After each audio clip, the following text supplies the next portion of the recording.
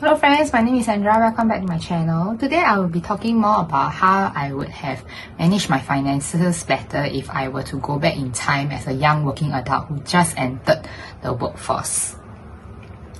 So when I first entered the workforce less than a decade ago, I was not very clear on how to manage my finances.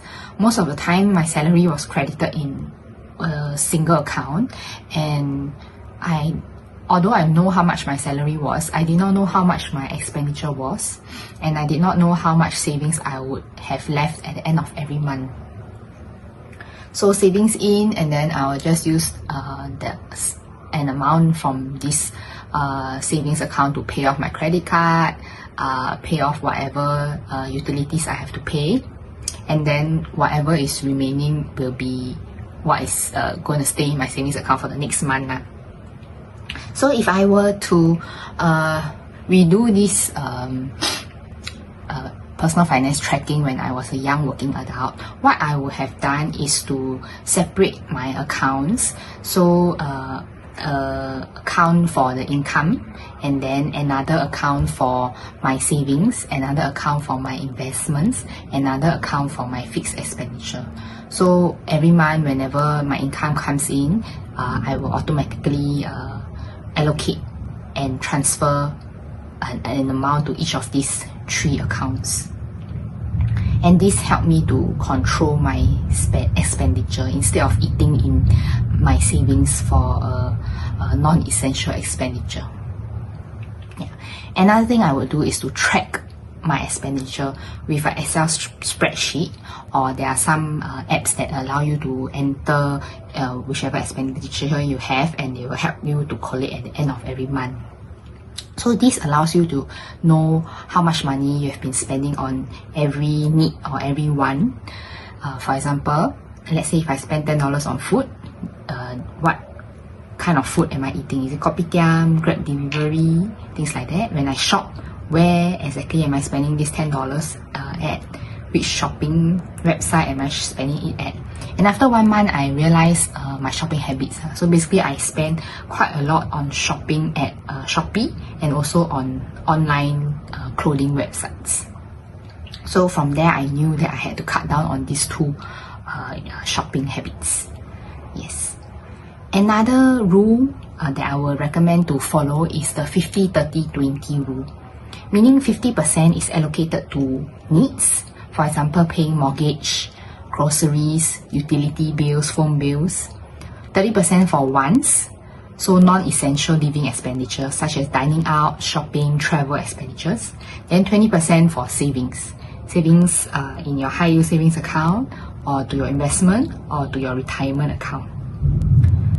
Of course, if you are a young working adult with not much financial responsibility, such as paying mortgage yet, if you're still living with your parents, or you don't have to support a family yet, then I would highly recommend to increase your savings rate.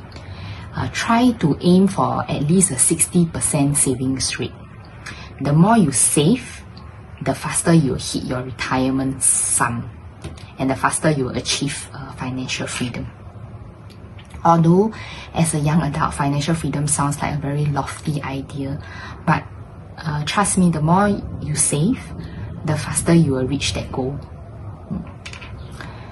And then the next step is to secure your health insurance. Find a reputable insurance company and get your hospitalization insurance, your critical illness or death insurance, and your accident insurance. This helps to protect any downsides towards your emergency fund if you were to fall sick. For example, if you were to fall down and injure a certain body part and you have to do surgery for that body part, you don't want to see that you have to eat a huge chunk in your savings or emergency fund just to pay the hospital. So hospitalization insurance will cover the hospital bills to a large extent. Protect your money by buying insurance. Yes. After securing your insurance, then you start building your emergency fund. Your emergency fund, when you are young, should be about 3 to 6 months of your monthly expenditure. For example, if you were to spend $1,500 per month, then your emergency fund, if you want to be more conservative, you save up to 6 months, which will be $9,000 in your emergency fund. This emergency fund should be sitting in a high yield savings account, and it should not be used for anything other than emergencies. So a new bag, new Pokemon card, a new restaurant to eat out at is not considered an emergency. Do not touch your emergency funds for those. Okay. After and alongside building your emergency fund, you should also tackle your debts if you have any. So if you have any debts, rank them from a high interest rate to a low interest rate and target to pay off the high interest rate debt first. Let's say if the interest rate for the debt amount is more than 4%, generally it's recommended to try to pay off the debt first before you allocate money to investments. So once you have cleared your high interest rate debts, you can consider putting the money into investments. So for investments, I recommend low cost broad-based ETF funds. And you can buy these funds on brokerages such as interactive brokers. Try to not go through a middleman for your investments, because middleman eats up your investment returns.